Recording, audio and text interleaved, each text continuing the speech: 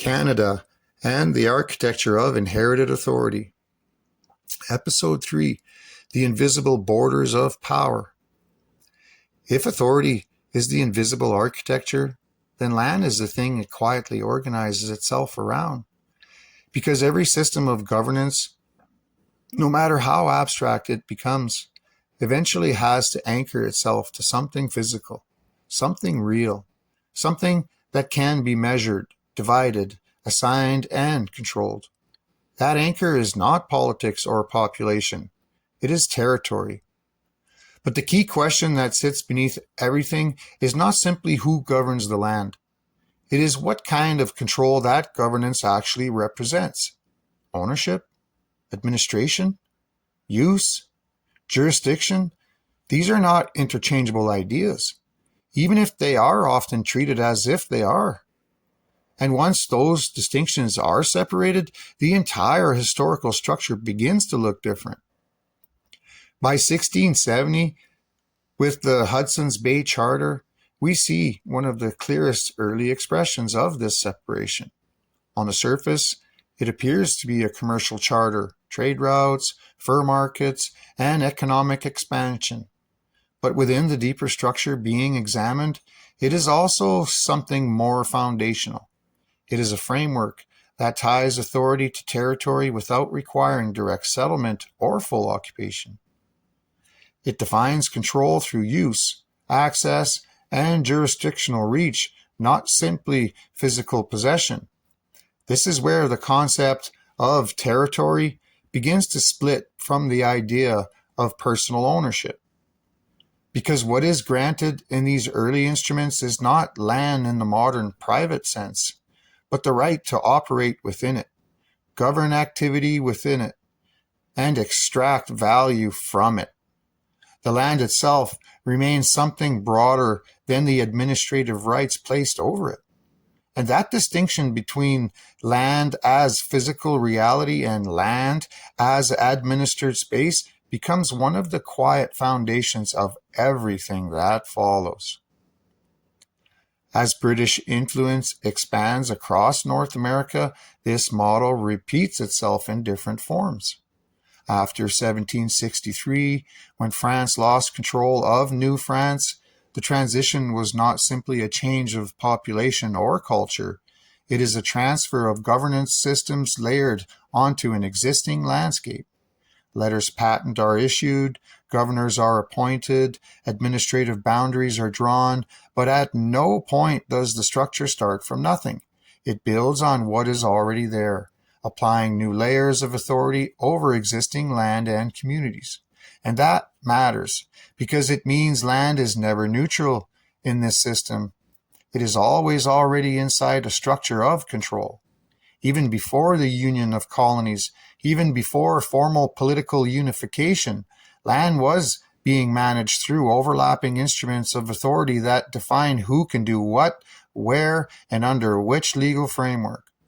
By the time we reach the 19th century, this system becomes even more explicit.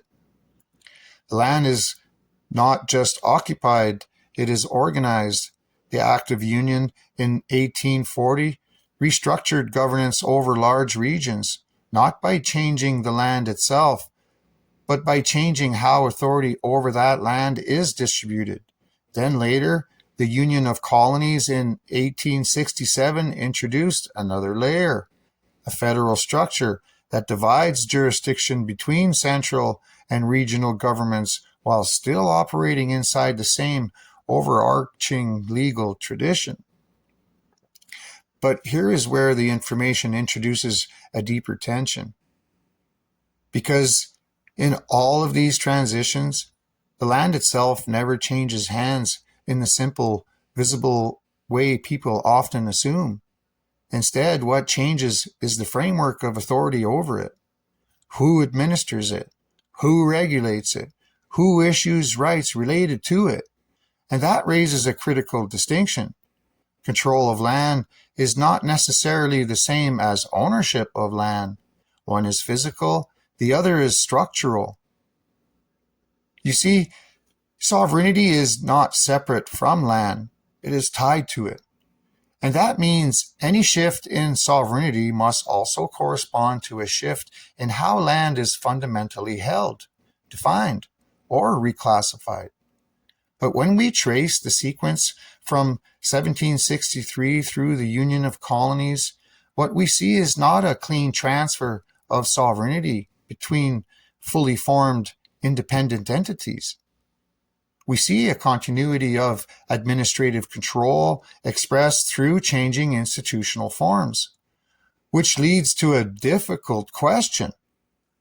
If the structure of authority changes repeatedly, but the underlying relationship to land remains governed through inherited instruments, then when exactly does ownership in the full sense of sovereignty tied to land actually shift?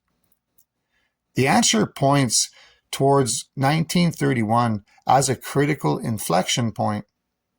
The Statute of Westminster is often described as legislative independence, but it is more than that.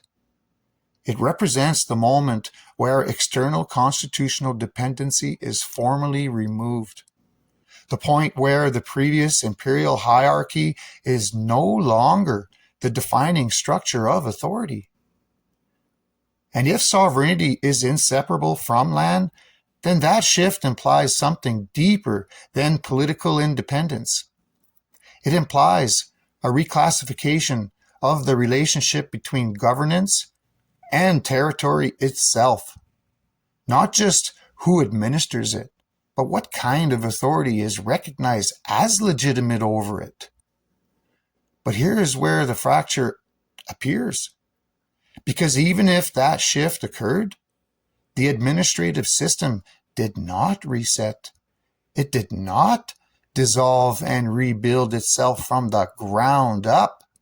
The same structures of governance continued, now operating under a different legal framing, the same institutions, the same procedural mechanisms, the same layered authority system carried forward without a visible moment of reconstruction.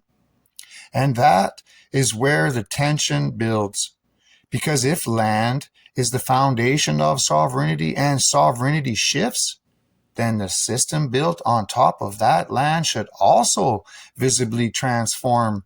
But instead, what we observe is continuity, adjustment, yes, reinterpretation, yes, but not a full structural restart.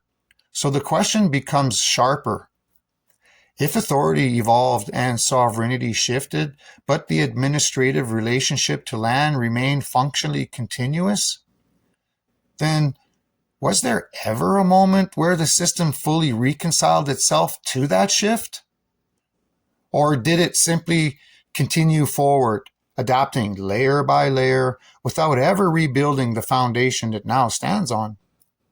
Because if that is the case, then the structure is not broken in an obvious way. It is continuous in appearance, but unresolved at its core. And that is where the story stops being about history alone and starts becoming about the system that still operates on top of it.